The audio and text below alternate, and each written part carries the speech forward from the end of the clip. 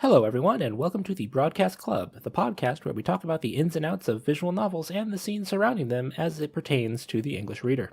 I'm your host this episode, Nakanashi. If you frequent the visual novels subreddit, there's a good chance you've read my glowing reviews of the Sakura series, or any of the other extended write-ups I've done for the other VNs I've read. I'm also one of the moderators on the Discord server for the sub as well. Hey, I'm AngeTime on the visual novels subreddit. I'm usually known for being that guy who makes tier lists rankings of visual novel related stuff. I've been reading visual novels since 2010, have about 65 VNs according to my list. I'm pretty open to reading many different kinds of VNs, like I'll read story popular ones like Umineko, Fate, Moege's like Koisuru no Last Resort, Princess Evangile, Nukige's, and now I'm even trying Otome's. My personal favorite VN is the Magikoi series, and it's a pleasure to be here. Hi folks, I go by Ralana Tricolor.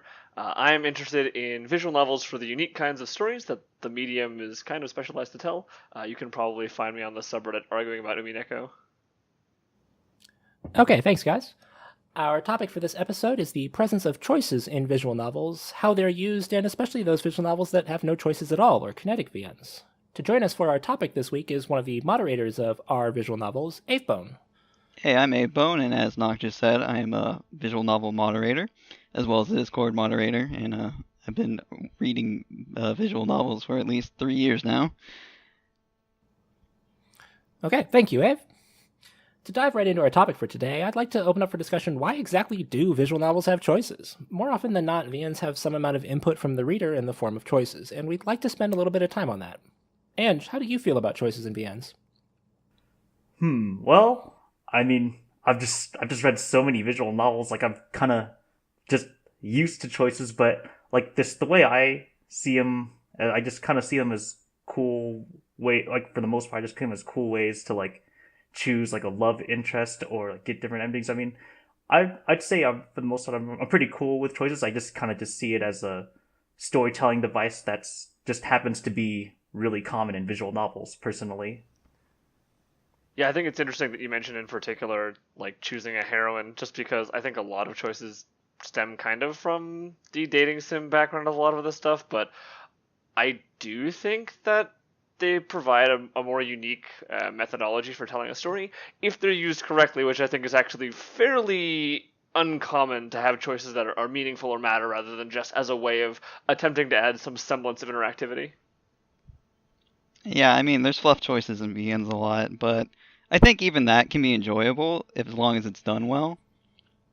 Yeah, I think you get some of the fluff choices. It makes it feel, there's a lot of VNs that have what we call the self-insert protagonist, and it makes it feel like you are part of the story instead of just watching it go by, which is good for those kinds of things, those fluff choices. But I think sometimes the fluff choices feel kind of bad when nothing actually changes when you make the fluff choice. Like one of the things that I see people talking about a lot, because apparently there's a trio of people who are just rabid about this VN, is Princess Evangile. The first like 3 choices of it don't do a thing.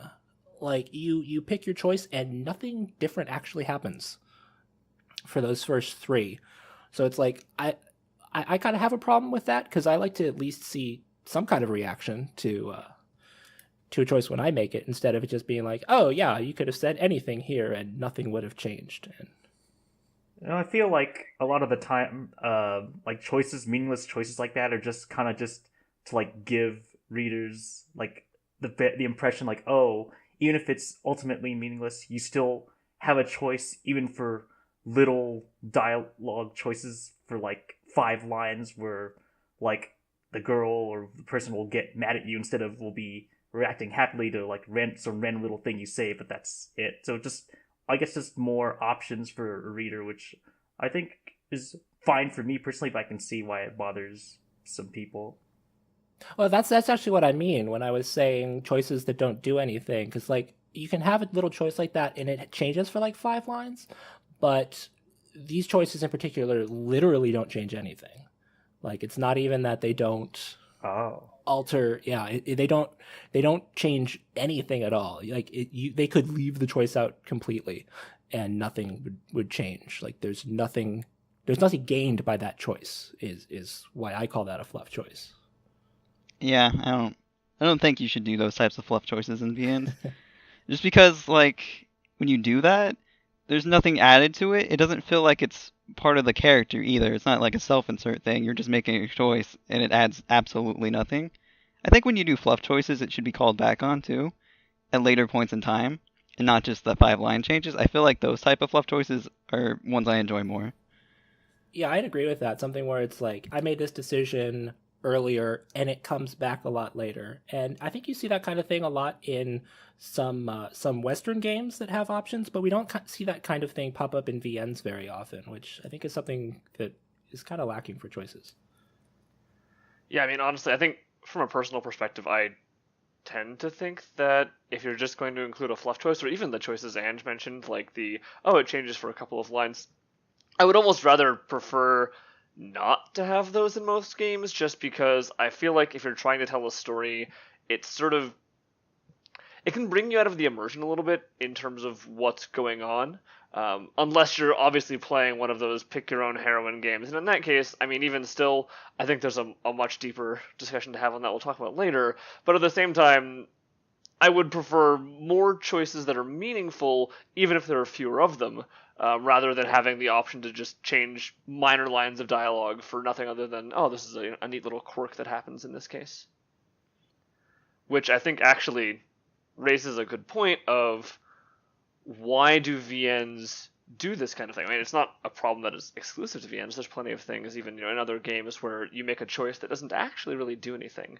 But at the same time, it seems like kinetic visual novels really just aren't as common as VNs with choices.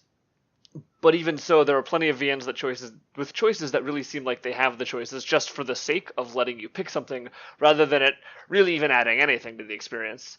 And I think that there's something of an expectation in readers that we're going to be able to make decisions that, do something or don't do something, but the expectation is that we'll be able to at least have some input, even if, it's just a curtain that's disguising the, very much linear story going on behind the scenes. Yeah, like you said, with player input, that's mainly why I think it's such a big thing, is that they want the players to feel like it's more like a game, I guess. That's kind of how I feel about visual novels, is that with choices, they're trying to make it seem like it's closer to a video game than like a novel itself. And I think that's why we have so much choices in it currently. Yeah, I think so too. It's the interactivity for the reader is why I think why a lot of people are drawn to them in the first place, because you still feel like you're not just sitting back and reading something, you're actually partaking in this by having that input, however small it might be. People are more. I don't know what I'm trying to say. They're more willing to partake in something that they can actually partake in than just kind of sit back and consume. Yeah, for VNs. Yeah, I've seen people like on forums where like it's most like a video game related. Like some people try to recommend visual novels, but some video game fans are turned off by visual novels because from their perspective, there's very little lack of interactivity, especially for like the kinetic ones like Umineko, for example. But but for the people who do eventually try them out, they do like the idea that, like, whether it's like a self-insert romance visual novel or like a plot or individual visual novel that happens to have choices, like you still feel like you're in the world in a sense, and the choices you make are almost like as a person making these choices, and you get to see like what choices or how the story unfolds based on how you like made certain actions earlier in the story and how they affected actions like later in the story. Oh man, that's actually something that's a huge pet peeve of mine, because while I think that is definitely the ideal, the existence of things like blind choices where you make a choice and there's no clear indication of how it's going to affect the outcome of things, or, maybe the choice actually doesn't affect the outcome of things in the way you expected it would. Maybe you make a choice, and suddenly, because you have taken this choice, the nature of the world is different, which I think is absolutely ridiculous. And getting towards that, there's the idea of choices existing to give players the ability to see their impact in the world. But I go pull up the blind choices tag on VNDB, there's plenty of good ones in there, but most of them were always places where I was like, man, this is actually really frustrating that the world is changing rather than let me have a fixed world where things happen, and then let me see how my actions in the world actually interact with the things around me and how they affect the outcome of the story. And I think that's the ideal for choices. But I really am of the opinion that a large number of VNs that include choices fall short of that. That actually, that whole thing about having the world be static and your choices, regardless of your choices or sometimes dependent on your choices, that needs to happen in a way that makes sense, not just like, oh, I made this arbitrary choice and this massive thing changed.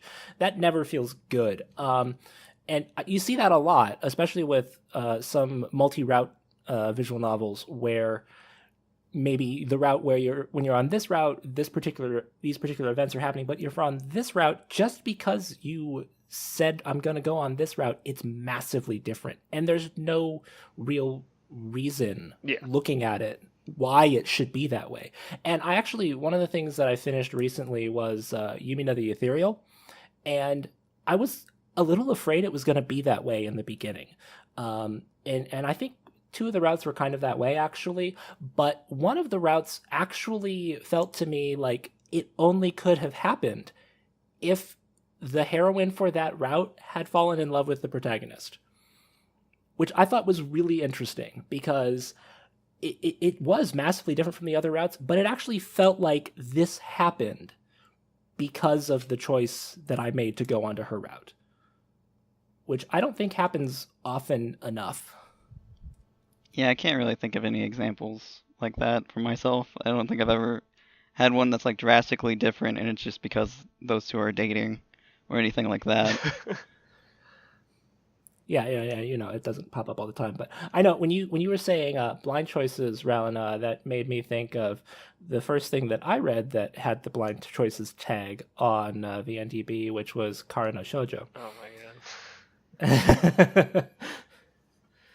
god. Because those choices really, especially your first time through, and sometimes even especially the first one. I think the second one does a little bit better on it, but the first one, sometimes the choices that you're making don't necessarily feel like they should be guiding the story the way that they do. You just need a guide, that's not a fun experience in your reading, that it's not possible to see the story to its conclusion with. I mean, yeah, maybe if you're some sort of savant that can sit down and predict all these crazy outcomes and then make a bunch of extra save files. I mean, I don't enjoy sitting down and save scumming and spending all this time trying to play with little combinations of choices to get my ending. It's funny that you guys bring up quote unquote blind choices or choices that drastically change events, like depending on the route you go on, because I actually liked Sharin no Kuni because it was kind of an interesting mix where it was in a way a kinetic visual novel outside bad ends, because I mean, no matter which heroine you get, with the way the story is structured, you still see the exact main events in the exact same way. Like, assuming you don't go on a bad ending, but the only thing that's like really different is like the way, like the epilogue of like who you end up with, or like maybe which H scenes you get. But I think a reason I like Sharin no Kuni a lot is because like you don't have situations like, I guess for one that I've read, Rewrite, where the events are heavily different based on which girl you pick, and I won't say why because spoilers, but I did like Sharin no Kuni a lot because it was like a cool mix of having choices that do eventually matter, but it's still ultimately the same exact story for each route, no matter like which heroine you pick. Only a few certain scenes change. Yeah, it's just like it's the same story, just a different perspective of it because you went on a different heroine's route.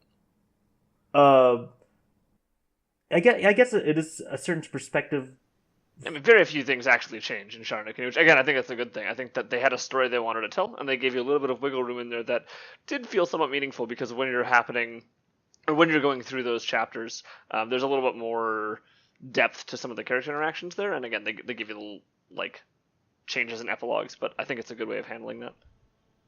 No, if I feel the same. I don't know. When I do stuff like that, it feels kind of like they're tacked on to me. When they have the same kind of story, just from a different like that. No, it just What kind do of you mean? like with Sharin no Kuni specifically, it just kind of felt like you were going off the main plot entirely when you go pick a different route. So it just kind of feels like it's not needed, and I would rather it just be kinetic at that point. Well, that gives us a good opportunity to kind of transition over into talking specifically about kinetic visual novels, those ones that don't have any choices at all. Just telling the story straight from beginning to end without any choices at all. I think a lot of people, like we were kind of starting to touch on before, a lot of people don't really like that necessarily.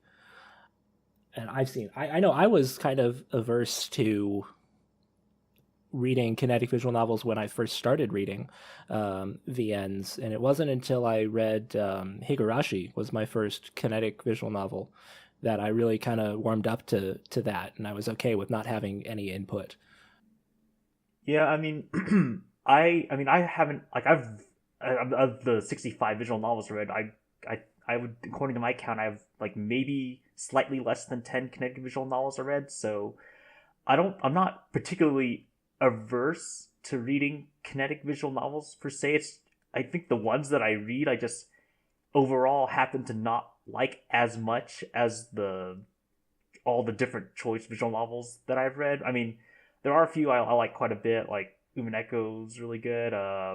Eden was pretty cool. And I guess if you count them, the Ace Attorney series and Danganronpa, which to me are kinetic visual novels, are just like some of my all-time favorites. But like outside of that, like for me, I guess it's the thing about kinetic visual novels. It's not. I notice it's not necessarily that I don't like have a lack of choice or freedom or anything. It's just I think the ones I read are just happen to be shorter than the choice related visual novels I read. So and I couldn't really connect with the characters as much. So I guess it's not for me. I'm fully cool with kinetic visual novels. There just haven't been too many that I found that I'm both interested in, but I also feel I could make a like a lasting impression, like through me getting to connect with characters and stuff. I think Kinetic VNs offer a really good chance to actually explore some of the other things that VNs can do well, besides just being interactive, because I think there's obviously more to a visual novel than just, well, it's a book where you can pick your own choices. Like there's music, there's artwork, there's all these extra things on top of that that can enhance the experience. And I think a lot of people get trapped up in this idea of, well, it's a VN, it has to have choices because people want interactivity. I think the When They Cry series of Higurashi and Umineko is a great example of that, where a lot of the work that goes into those is actually spent on creating atmosphere through the music, which is why, the creator often refers to them as sound novels.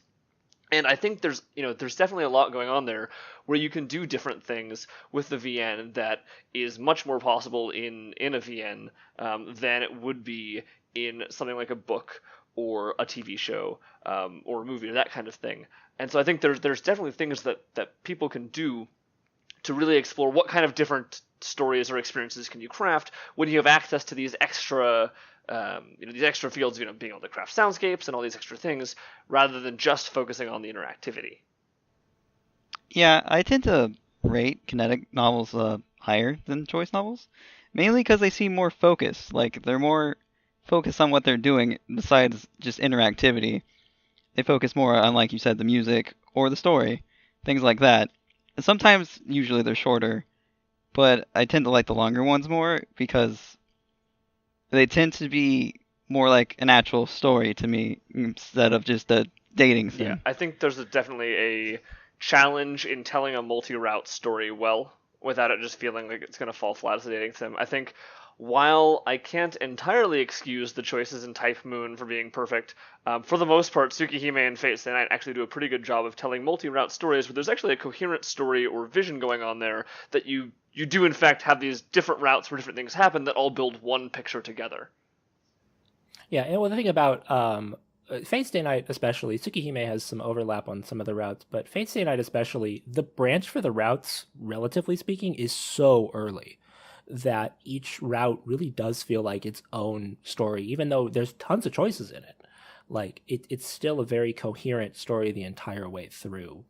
And it doesn't feel like, oh, this is just a dating sim. Like, you can and they did take out all of the H scenes in that after They left all the cooking in, though, sadly. I like cooking. I said that last time. I like cooking. Same. I don't know if taking those H scenes out made anything better, to be honest. With Kinetic also, well, usually with like choice games, I usually do like everything. I do all the choices, and a lot of times there's just routes that don't connect with me, and I don't feel the same with like Kinetic. Kinetic is the whole story, and I don't have to worry about going down a route I didn't want to do in the first place.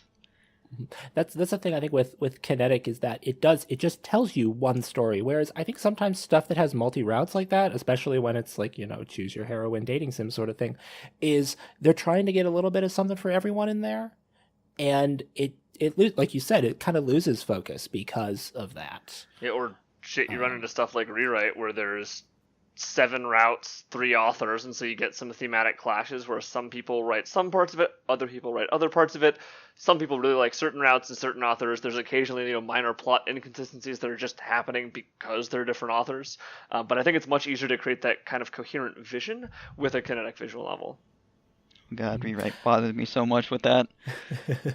Yeah, I think that multi-author thing is a whole other can of worms. That's true. We could open up. But it's true. Like that, and that's one of the reasons that we lose some of that focus, I think. Actually, I have a question for you, Ralina, because you are such a big fan of this, and I'm not being sarcastic in saying that. For things that tell a coherent story but have some endings here and there. The thing I'm talking about specifically is Fata Morgana. Yeah, I knew that before you said it.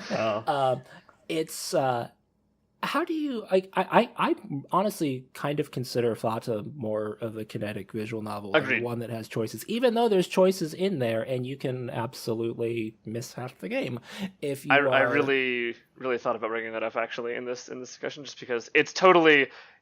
It's a Kinetic VN where they tacked on a couple of bad ends. And to be fair, I do think they do a decent enough job. Some of the bad ends don't really add much, but a few of them actually add either interesting red herrings, which may or may not add to the mystery. Some of them are actually quite interesting perspectives on different things that could have happened that really, what I like about a lot of Fata Morgana in particular is that the mystery kind of relies on you changing your perspective as you keep looking back. And so the bad endings they actually use for that, where the first time you read through a bad ending, you would think, oh, that's neat, and you see some things there, and it's like, okay, there's one possible end. But then as you get further in, they build off of that, and so you say, oh my god, that completely changes my perspective on how that bad ending actually happened. Like, what was going on there was not at all what I thought it was, and it totally changes, what I was thinking about it.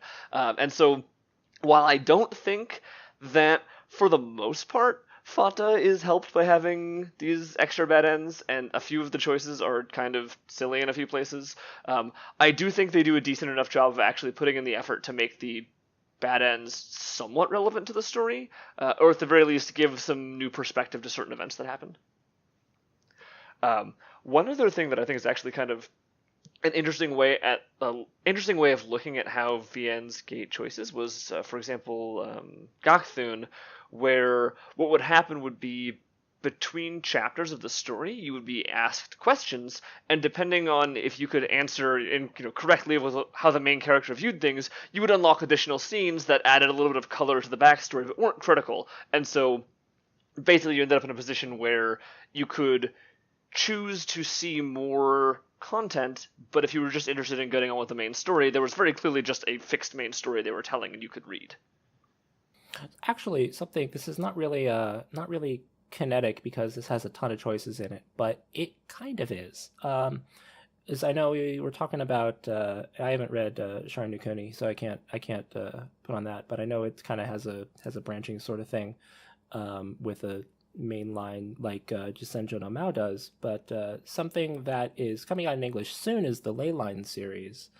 And the first game of that actually follows that same pattern where it has a core story to tell you, and you can your choices, except for I think maybe one or two. I don't even know if there are bad ends in that. I can't remember. Well, there are a couple, but I don't know if there really is anything.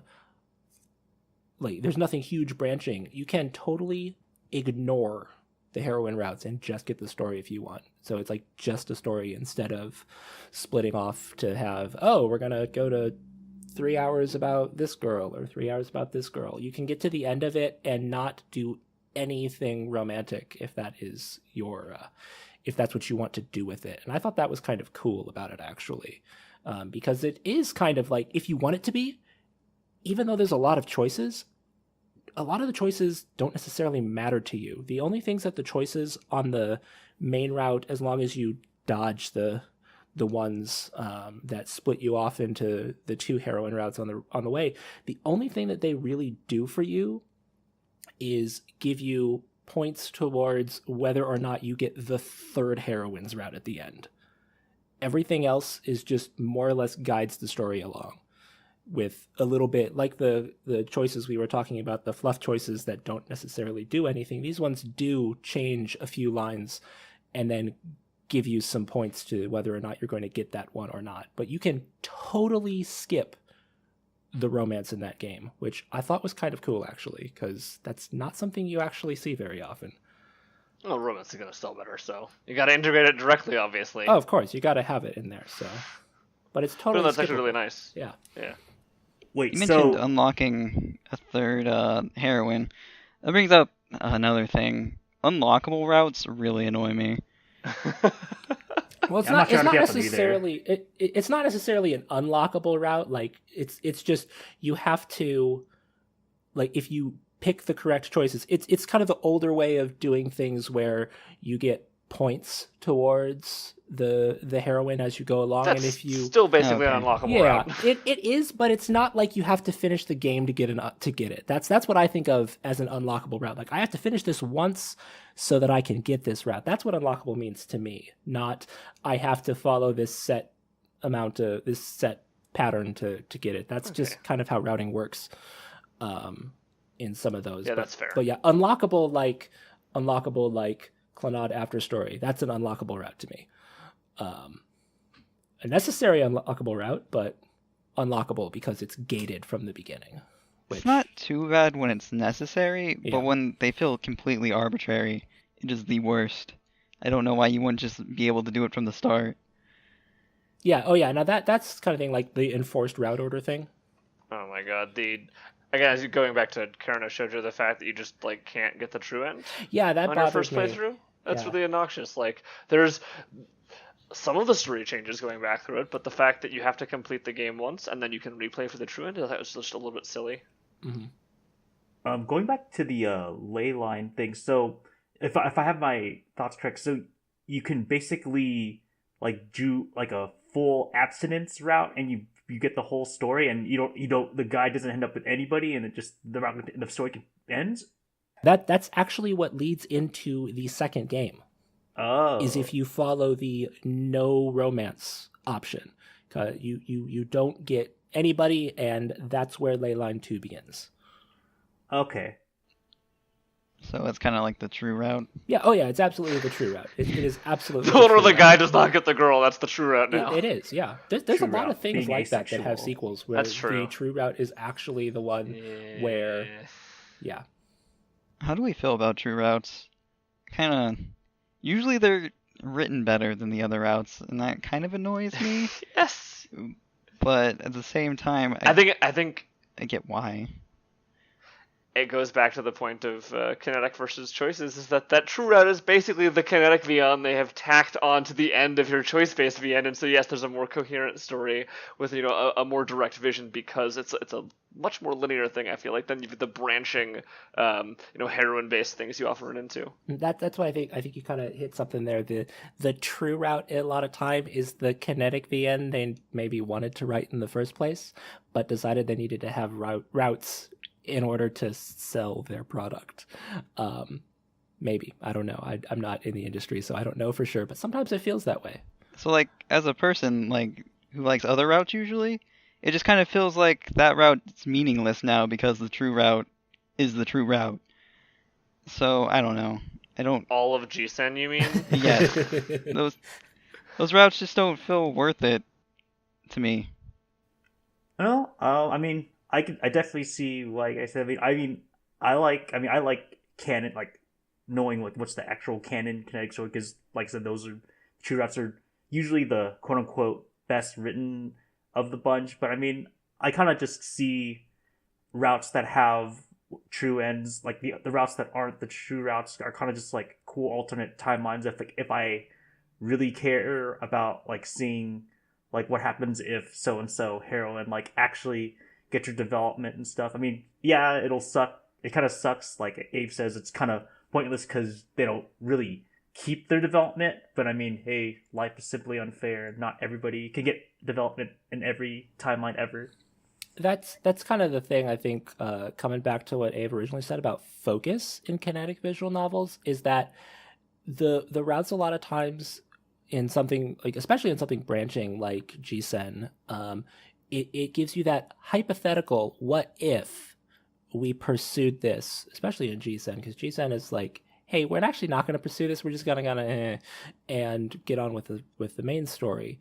But it gives you that hypothetical what if. It's kind of an exploration of that, is how I always see those. And I don't think that necessarily cheapens those by the existence of the true route, but it's kind of an interesting thing to me, at least, to have that as oh, well, what if this did happen? And just kind of as an exploration of that possibility. And you also get to have your what you get with routes and adult visual novels. So yeah, I mean, yeah, I mean, like I said, it sucks that you don't get to see it in the main story too. But like Nick said, like, oh yeah, it's great to see a cool what if we actually did get to focus on this in addition to the stuff we wanted to focus on in whatever the main story is, or even with just like visual novels that have no true routes, like random moe romance, like If My Heart Had Wings, like just I guess I think the choice different routes and like having the different what ifs and stuff makes more sense for visual novels that don't have like true routes. But then at the same time, that does question like, should you even have true routes? Should it just be a connected visual novel like people say, or do developers like want the best of both worlds, where you get to see alternate timelines, but the people who just want the true canon, true end, whatever, can read the true ending, the true route last, and then say, okay, so this is how the story goes. So I guess that's just a choice that the developer has to make during the beginning. yeah, I think that making that choice for them ultimately just comes down to I almost maybe how long of a story do they want to tell. Like if a lot of times our true routes are, I mean, some true routes I think need the routes to come up before them, but some true routes are so different because they're not like I said, like the branching routes would be like these hypotheticals that, hey, maybe what if this happened? Maybe they just need those routes sometimes just to, for lack of a better word, have padding in their VN so it's long enough so people will buy it and feel like they got their money's worth. I feel like the exact opposite. I don't enjoy when they do that. Yeah. I just prefer like the routes are written usually at the same quality of writing, that they focus on them equally. But if there's going to be like a sequel or something, I can understand a true route in that case. to continue on the series. Yeah, I think they're probably going to run into is that when you try to mix up the more kinetic style story of a true route and then the more branching style story, you end up running into, I think, issues. I have a lot of problems with a lot of VNs that do this kind of thing. For example, I think a great example of having a good branching structure and not using the true route is something like Fate Stay Night, where all of the routes are quite good. I mean, yeah, maybe the first route's not quite as strong, but they're all good, and they all add something. For example, Knack will probably crucify me for this. I had so much trouble reading Little Busters. I know going into Little Busters, you put up with a branching structure because then there's a true out, and the true out's quite good. But man, it was pulling teeth for me to read that visual novel. And I just, in the end, I would have much rather read something that didn't involve me doing every freaking heroine route in a very specific order to avoid, weird locking bullshit, and then going into this true route. Like, yeah, yes, the true route of Little Busters was good, but I really didn't feel like it justified the investment, and the branching structure really, really heavily padded the content leading up to that. Yeah, with Little Busters also, it makes me feel like I have to have a guide to make sure I don't mess up. Yep. Because locking routes is just absolutely the worst. I feel like you should completely avoid that. It just ruins VNs for me. I mean, the way they did it in Little Busters makes sense when you are done. But that takes so long to get there. Listen, it does take a long time. It doesn't help when I'm 10 hours into the thing and I'm reading through Komari's route and just being like, I want to die. To be fair, on Little Busters, as far as the route order is concerned, a lot of the reason that there is a recommended route order on Little Busters is because you can miss incidental scenes. Not that you can miss actually really important things. I think there's one really obscure pattern you can follow that you can accidentally lock something crucial. But it doesn't come up for many people, and I don't even remember how it works. I know some people have talked about it. But the reason that the people have the recommended route order for that is because of really, you can miss some of the slice of life scenes, which for someone like you, Ralina, doesn't matter. Yeah. So I probably when you were reading that should have told you that, hey, you can do whatever order you want and not have to worry too much about it, and you might have had a more enjoyable experience for that. But it's really common into Komari was not fun. Yeah, the recommended route order for Little Busters at least is about making sure you don't miss content, not because it's actually the best order or anything. Yeah, but that's what annoys me is I don't want to miss that content by making some arbitrary choice. Because the Little Buster choices are very arbitrary. It's like, it might be good, I love right? Little Busters though, don't get me wrong. It's just the route order in it really did bother me. I think that's kind of that's one of the reasons a lot of people don't like KVNs in general, is the way they handle their choices. Because there's a lot of them and you can miss a lot of stuff, but they also a lot of times don't matter. Yeah. The number of routes, like the choice density compared to route density is very, very high towards choice density. It's like, oh, look at these random scenes in Clannad. I can see that makes it almost impossible to flowchart because there are so many choices and combinations and most of them do nothing. So, it's like listen, all you have to do is hit these key choices and you're good, but there's a crazy number of variations within that where it makes me feel like I'm missing stuff. But at the same time, the stuff I'm missing is not always good, and so I never know. It's like, is this scene going to be worth reading if I do it differently this way? Can I take the choice I just did and then use the scene skip to get through faster? And that kind of, I'm a bit of a completionist, and so that tends to bother me. I think the conclusion we can draw from there is that Jun Maeda is just a complex dude, and he likes. He doesn't even write most of his, like, Little Busters, for example. He didn't write a lot of that. That was another one of those multi-author things. He wrote, like, bits of the common route, all of the interactions with the Natsume siblings, and Refrain. And everything else was written by other authors. I mean, to be fair, Refrain's the best part. Well, of course, yeah. Yeah. That's what everyone reads Little Busters for, pretty much, is Refrain.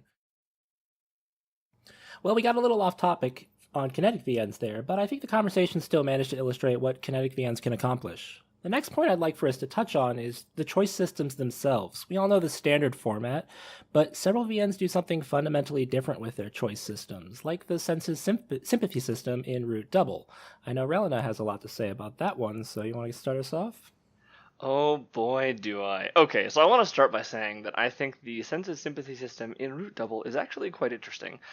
They have a very neat setup where the idea is that instead of picking options from a list, you choose how much you trust a particular character on a sliding scale from 1 to 8, I think. Actually, 0 to 8. It's 0 to 8, yeah. Yeah, exactly. 0 to 8. And then the things that happen vary based on how you set your system. So, for example, in some cases, setting a high level of attention might be something like, I trust them to do their job, and so you put confidence in them.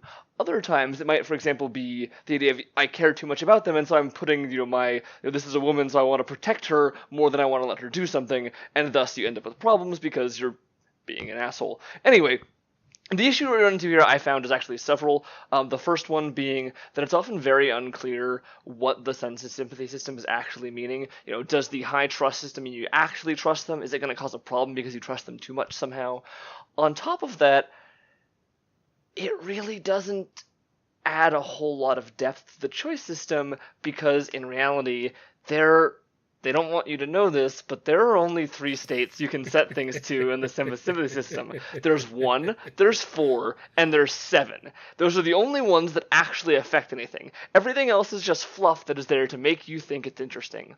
On top of that, they only ever include a couple of possible states that can actually happen at each choice. And this is actually kind of nice that on a replay of the routes, you can actually set the senses values to things that will get you particular branches.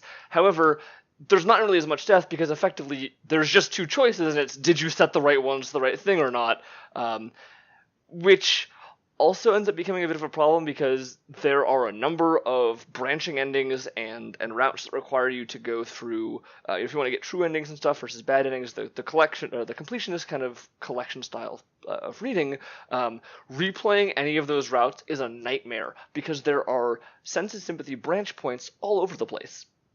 And every single time, you have to either go in and set the sliders, or go in if you're on replay and hit the right number. But there are so many of them, and the skip function is kind of not great, that it really, really turned getting the true ending into a slog. Because I had to go back and I got the not true ending first because I was going for all endings, and so now I have to go back, a vast chunk of the way through this last round, and then start changing these sliders over and over. That was a huge rant, so I'm going to stop there for a moment and let someone else chime in. No, I actually kind of want to jump on that with Root Double because I really liked the senses sympathy system the first playthrough. Yeah.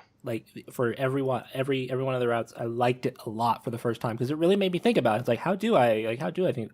I'm someone who sits and thinks a lot about choices anyway. I don't normally just pick one or anything. I think about what is this gonna do? What is this gonna do? Which is why I'm not big on fluff choices. But that was the other thing. But I think about them a lot, and even though the system only actually registers 1, 4, and 7, it still made me actually think a lot more about it. So I liked that a lot about the system. But like you're saying, I wasn't big on it when I was going back through for ending collection because I'm also a completionist, especially because Root Double gives you that little thing that you get to Route A and you look at the bottom, it says endings achieved, and you have 19 empty stars. Yeah. And I'm like, I need all of those because that's the kind of person I am. So when I'm going back for those, though, you're right. It is it's kind of obnoxious for that, I found. So I like the idea a lot for the first time through, but going back through, it ended up being a massive pain to me. With the first time through thing, I feel that's a lot to do with the illusion of choice and things. Like you said, there's only 3 real states to it. So if you don't know what you're doing going in, you wouldn't know that, and so it feels like there's more choices than there are, and so it's more enjoyable the first time through because you feel like there's a lot more to it. Mm-hmm. But then once you go back, that it is a bigger slog because you realize that's not the case. Yeah, the overhead for the choice system was just so high, which is like, it's a cool concept, but like in practice, if you want to do anything more than just read through it once and accept whatever ending you get, then you're gonna have trouble dealing with the implementation. Yeah, that was the big thing. Is that it was wonderful for the first time through. Absolutely, I loved it for the first time through. But yeah, once you go back, and you have to go back if you want to get true ending stuff, you have to go back and hit, like, there's 3 flags you have to hit in Route A for the epilogue at the very end, which is where epilogues are. You have to hit those so you get everything at the very end. So if you want to see everything in your ending, you have to go through it at least 3 times. And that's kind of Yeah, exactly. Yeah, it is what it is.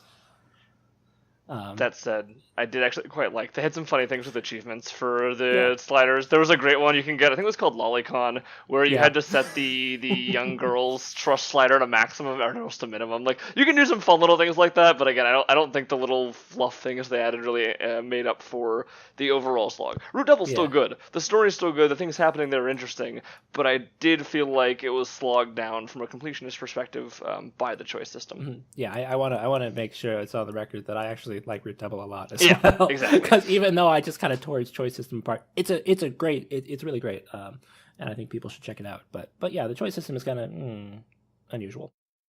I'm not really common with unique choice systems. I've really only played like Steins Gate with one, which had the text messaging system, which you can easily miss. Yeah, well, the Steins Gate choice system was also really cool because I didn't even realize I was missing things that mattered until I got an ending that was obviously not the true ending, which I thought was interesting because it's like, oh yeah, there's was it 9 chapters in Steins Gate or something? Yeah, it's been a while. And I hit an ending in chapter 5, and I was like, what? How did I even get an ending? I didn't do what's happening? But it's cool if you notice it and say, oh no, this is the stuff that's changing things. And I thought it was really well done because it wasn't in your face about the choices. Well, with Steins Gate, in particular, I do think the choice system was good until it gets to how you get to the true route. Oh my god! Yeah, you yeah. need a guide. I feel like you can't do that without a guide. I mean, you can. It's just you can, but it's a massive trial and error, because you don't even necessarily realize that the choices the choices you're making are true route flags, which is maybe not the best way of going about it, but the science adventure series in general has kind of a history of doing interesting things with choices. The one of the other VNs in the series, Chaos Head, which, unlike Root Double, I don't actually recommend reading. Chaos Head is not really worthwhile in my opinion, but it does do something interesting, and it uses kind of a hybrid choice system where there are fluff choices in the VN where they change different things, minor scene related stuff. But they have a special choice system called delusion triggers. And the way a delusion trigger works is that the main character is not the most mentally stable person. And so at a large number of points in the VN, actually a very large number of points in the VN, I think there are upwards of 40 even, you'll have the option of basically saying, I want to proceed through the story as normal right here. I want to make the main character experience a positive delusion, or I want to make the main character experience a negative delusion. And so that can be things like, he's talking to a girl, and if you go through normally, they're just having a normal conversation. If you go through with the positive delusion, she starts flirting with him. But if you pick the negative delusion, she starts threatening him and otherwise being very rude and mean, which was interesting, just because it was kind of one of the themes of the VN. And again, I don't want to get into Chaos Head because that's a whole huge rant. But they did some interesting things there. I think part of the problem with the implementation, though, is that, again, there are a large number of fluff choices for the actual choices they implement. On top of that, literally none of it matters in your first playthrough. The delusion triggers only modify the ending on a repeat playthrough, and they only let you get a bad end. Like, there's a very elaborate bad ending that actually ties up a lot of loose ends in the plot, and you have to hit a very specific set of delusion triggers to do that. So the whole thing just ends up being, ridiculous and okay, so you want me to replay the game, only I think 11 out of these 40 triggers actually matter. And even then, all of that work is just to get the bad ending. It's like, why? Why did you include this in the first place? It's a super cool idea, but it's just completely not utilized, where I think there's a lot of potential to actually do something interesting with what the story is happening and integrate the way the choices work and the themes the story is telling. So does anyone have an example of an unusual choice system that they liked? Because we just bashed 2. Well, I Or get this. 3. I suppose this one is pretty unique. In the Zero Escape series, starting with Virtue's Last Reward, they actually it's one of the few visual novel related stories, if you don't consider it a visual novel, where they're actually really transparent with which ending you're gonna go toward. Like they give you an in-game flowchart of like where you are based on the choices you make. And in Zero Escape, Virtue's Last War, there's a whole lot of endings. Like I want to say at least definitely at least 10 to 12, but it's kind of it's one of those stories that where the whole point is of them having so many endings makes sense in context, and it's like a very spoil heavy game, but it's really enjoyable. Usually the choices in that game are kind of are a mix of, oh, do I trust this person or do I not trust this person? Because the whole setting of Zero Escape is 9 people are trapped in some kind of unknown building, and they have to play like a death game. So choosing like who you trust and who you choose to like ally or betray with, and Virtue's Last Reward specifically, like changes a lot, or changes the story a lot, like based on like spoilers, who lives and dies and like how the plot unfolds by the end. And I really like the way they set up this flowchart where they basically say, oh, you got this ending because you picked this choice at this branch. So if you if you wanted to go back and like when you're done with an ending, or even before you're done, you can go back to a specific part of the game or the end, and you can just say, okay, well at this part I want to change my answer here, so then I can get a completely different ending or just a different event based on like if I chose to trust this person or to betray them. So I thought that was really cool, and like one of the parts I really liked about Virtue's Last Reward personally. Actually does that too. It's a very old school. It's honestly kind of more adventure game than visual novel in a lot of ways. But is from the very get-go, the very beginning, it's very open about the fact that the story is kind of about parallel worlds, and so they also have an in-universe flowchart, not just as an example to show you what you're seeing as the player to see where you are in the world and the route system. The main character can actually see it too. And so he can see where in all these branching timelines he is. And these save points are physical objects you can leave on these planes that you can then jump around to different branches and different routes, which I thought was interesting because it turned the choice system into certain things where, for a lot of the time, is very much what your choices are. It's because it's an adventure game. It's where you choose to go and how you spend your time rather than just selecting a dialogue box. But what you can do and what you have to do is you make certain choices knowing that basically you're throwing this choice away just to get down that branch of the flowchart. You say, oh, well, there's an item I don't have right now, so I can't do this. So I'm going to leave a save point here. I'm going to go jump somewhere else in the multiverse and then go look around for that item. Which, to be fair, is incredibly difficult. Playing without a guide is really, really hard. I used 2 walkthroughs and they were still insufficient in some places. But at the same time, again, the concept is super neat, and the execution's actually, aside from the difficulty of having to sit down and really puzzle through it all, the execution's really neat because they actually integrate the way the choice system works and the way the multi-route branching system works into the gameplay of the visual novel. As we're starting to run down on time a little bit, I'd like to reserve a little bit of our time here at the end for some news in the scene. One of the big things that's happening this month of March, is the NaNoRenO Game Jam, which is it's month long. It started on March 1st, where English developers put together a team and they make a visual novel in the month of March. I believe the end date is, the last day they can submit is April 3rd, or I believe it is. So it's a little past March, but all development is supposed to happen in March. I think there was something like 60 some finished submissions last year.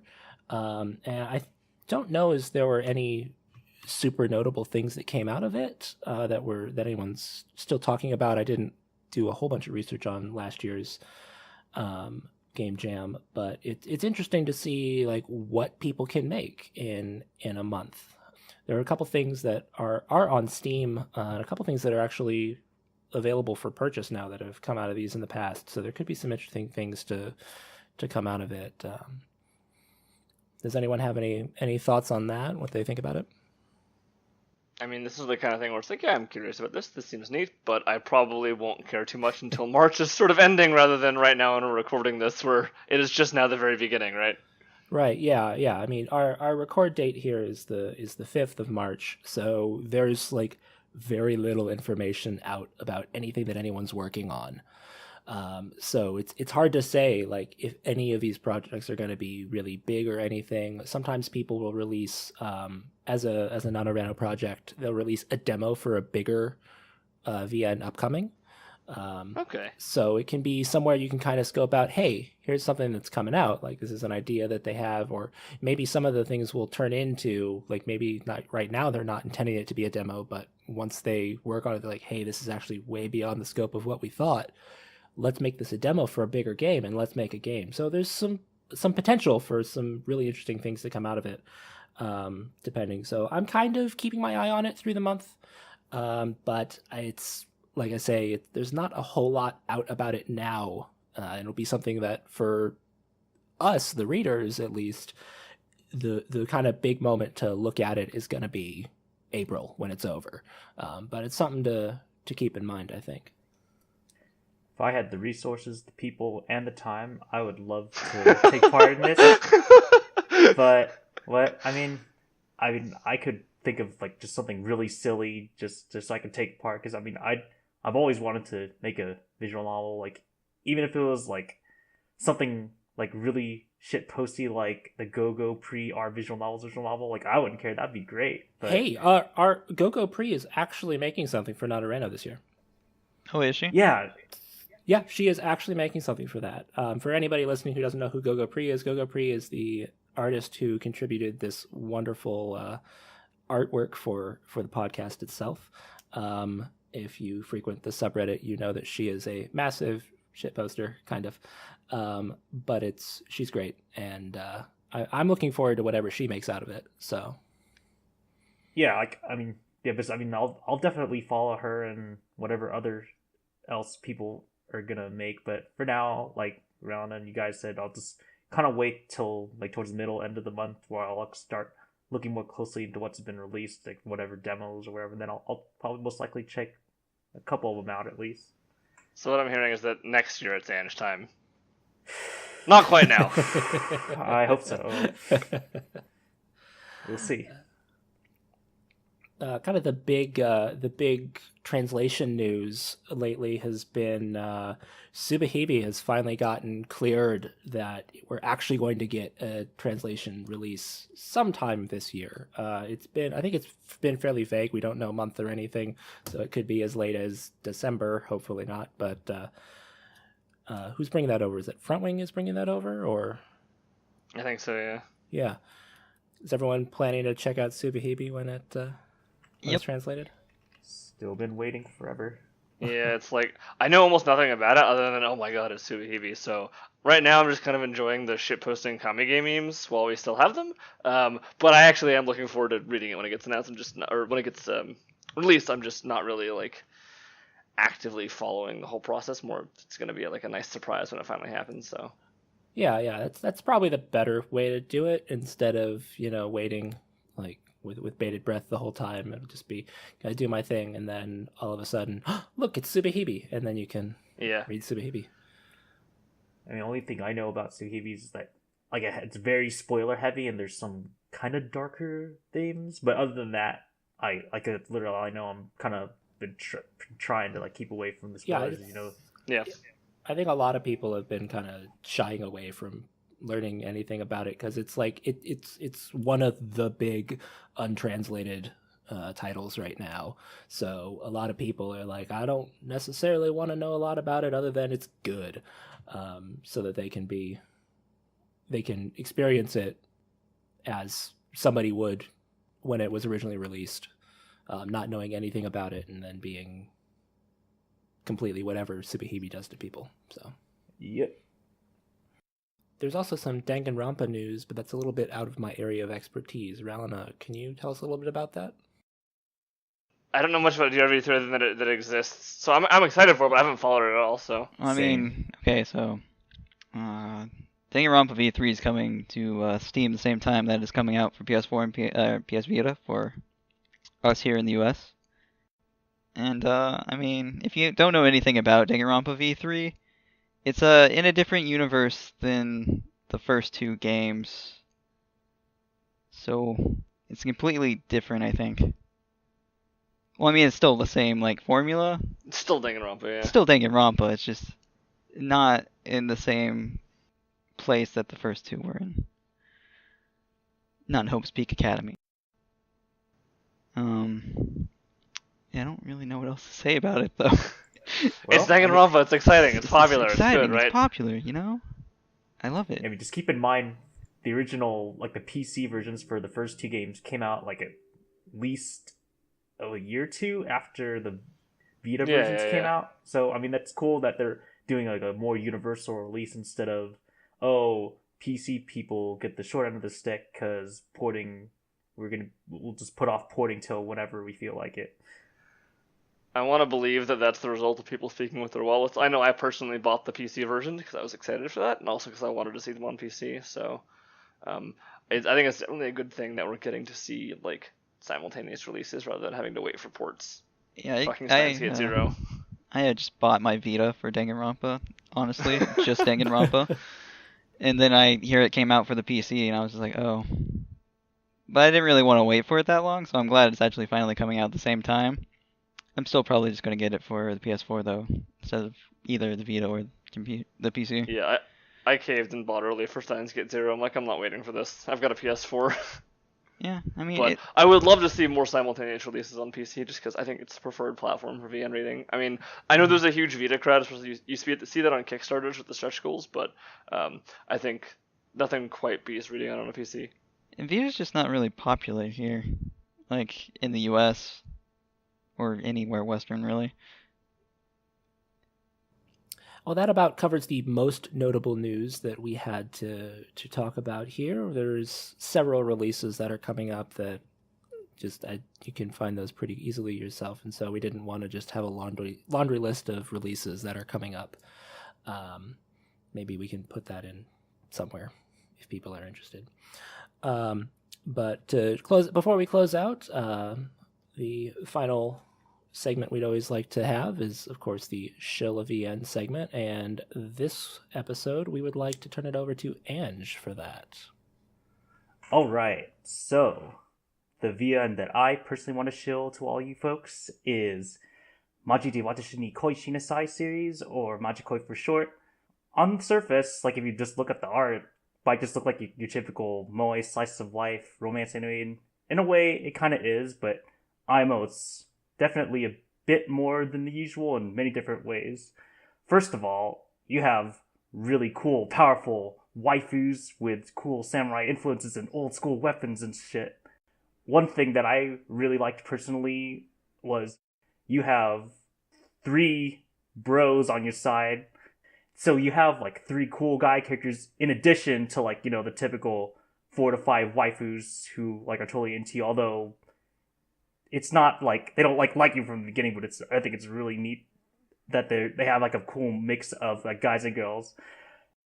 Another thing, once you get past the common route, Majikoi takes a different approach to choosing girls, where like they specifically have like a dating sim style character select screen where every day you get to chill with like a girl or guy. When you pick that character, like just shows a quick scene, and then after you do a certain amount of scenes with a character, it just goes straight on the routes.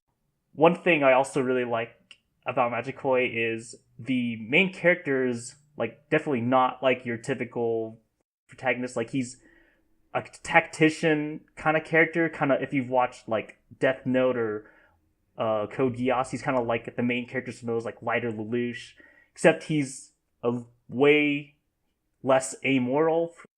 It's done like in a more humorous, lighthearted way.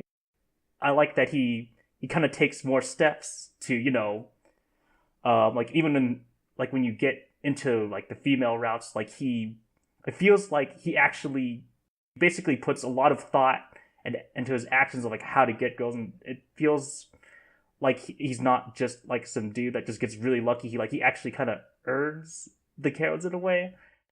So I mean, if you're interested in like a light-hearted visual novel that has a lot of different options and just is not afraid to go over the top in many ways, feel free to check out Magikoi. It's you won't regret it. Thank you, Ange, for that enthusiastic recommendation of Magikoi. I think a lot of people have read that, but if anyone listening has not read that yet, I bet they will now. We're about out of time here, so I'd like to thank everyone for tuning in and listening to us this time. I'd also like to thank Avebone for joining us for this episode. Yeah, thanks for having me on. Yeah, we're happy to have you. Our next episode will be covering the topic of visual novels that have gameplay elements in them, so be sure to tune in for that one. I am Nakanashi. I'm AngeTime. I've been Rallin a Tricolor. And we will see you next time.